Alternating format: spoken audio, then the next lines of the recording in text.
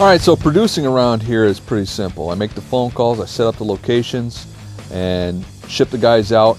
This week I'm sending them out to Marvin's Marvelous Mechanical Museum. So hopefully the guys can get what they need and come back with some really good stuff. Come on in, kiddies. Plenty of fun to be had by all. This is Marvin's Marvelous Mechanical Museum, and as you can see, there is all sorts of oddities and bizarreness.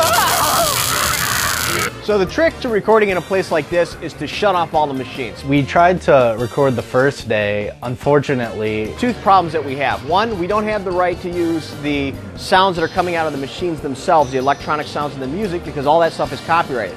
Number two, all the sounds overlap. Plus, he started getting customers when we were there. So me and John just played video games all day. I don't know what Rick or Vince were even doing. My tickets came out nice and neat and perfect. John's tickets came out just a erratic mess.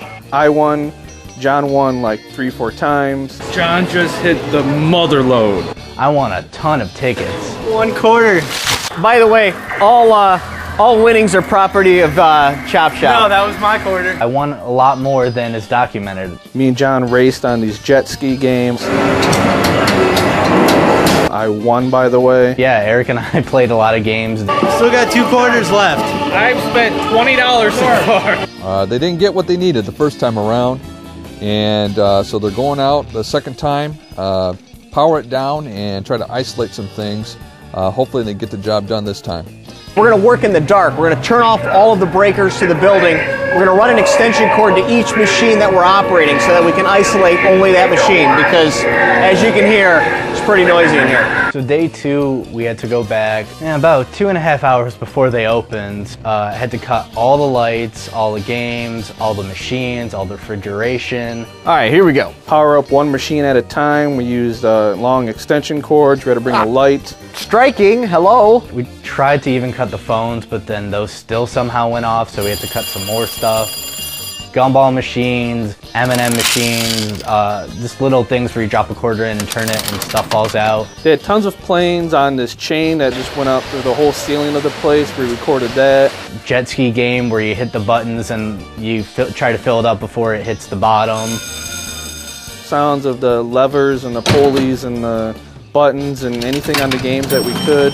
It was kind of cool, you know, going around in the dark. You made the place look even creepier, I thought. So there's this machine, it stamps like letters into like basically like a chip for keychains and all kinds of other stuff. You can wear them, you could, I don't know. Somehow when I typed Chop Shop in, it added an extra space. Chop-P Shop. C-H-O space P space shop. You can't even spell Chop Shop. The guy who works there said it wasn't my fault. I don't know where John thinks he works. Well, I'm just trying to figure out which English teacher I should mail this to.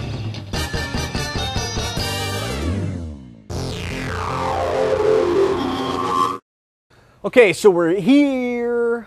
Here we are at Marvin's Mechanical Museum. Marvin's Marvelous Mechanical Museum. Marvin's Marvelous Mechanical Museum. Marvin's Mechanical Marvelous.